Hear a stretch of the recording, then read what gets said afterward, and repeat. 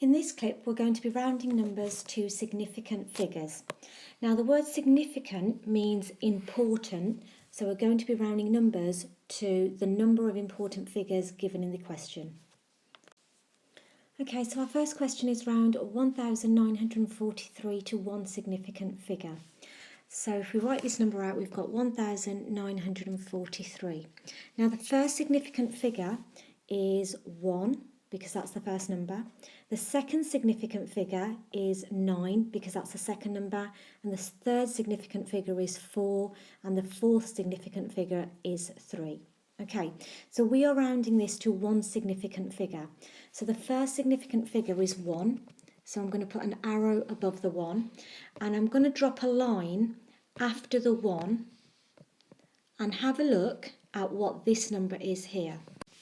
Now, if this number is 5, 6, 7, 8 or 9, then we're going to round the next number up. However, if this number is 0, 1, 2, 3 or 4, then we're going to keep the next number the same. Okay, so in this example, 9 has gone past halfway, so we're going to round the next number up to 2. So this number is going to round up to 2 because that number had gone past halfway. Okay, so there's a big difference between 1943 and 2. So in order to preserve the value of the original number, what we're going to do now is we're going to replace the rest of these numbers with zeros. So over here I'm going to put 0. Instead of the 4 there, I'm going to put a 0.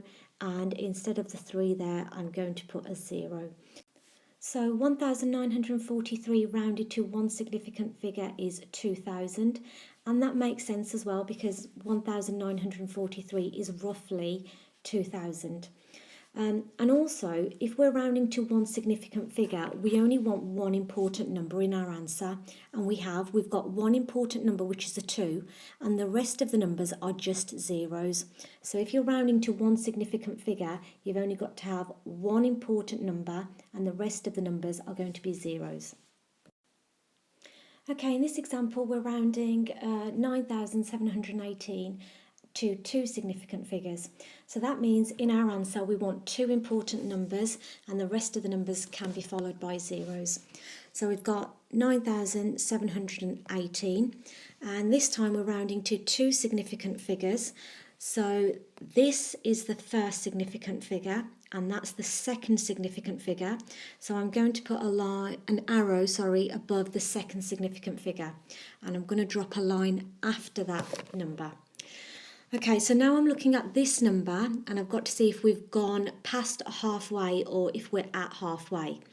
Well, that number is a 1, so I'm not going to round this number up. I'm going to leave it the same. So that's going to stop as a 7 and that's going to stop as a 9.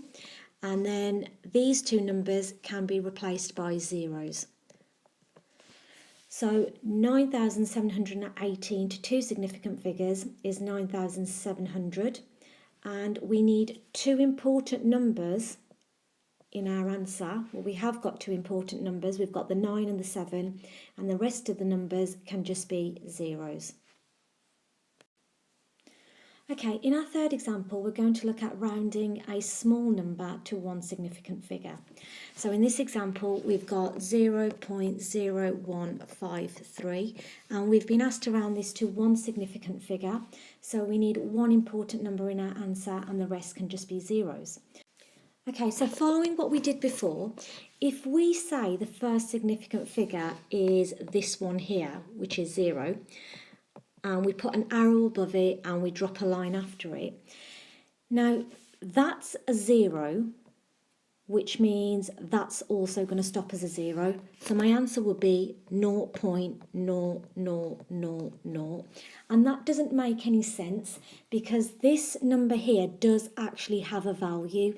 To round it to nothing, which is what we've done there, doesn't actually make any sense because, like I said, that this number is actually a number. To say it's not worth anything is wrong. So with these smaller numbers that start with 0.0 something something something, we're going to do these questions a bit differently. Okay, where you have a question which leads with zeros, the zeros don't actually count as significant figures. So this here is not the first significant figure.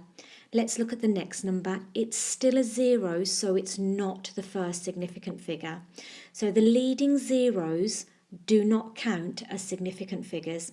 So this is not the first significant figure. This is not the first significant figure.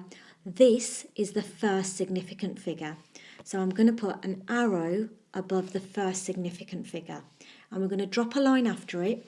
And we're going to see if that number there is 5 or above. Well, it is. So that means we're going to round this number up to 2. And the numbers before are obviously still going to stop the same. So that's still going to stop as a 0. And then we've got our decimal point, which stops the same. That's fixed, it doesn't move. And that 0 is still going to stop there as well. These two numbers will be replaced with zeros as well.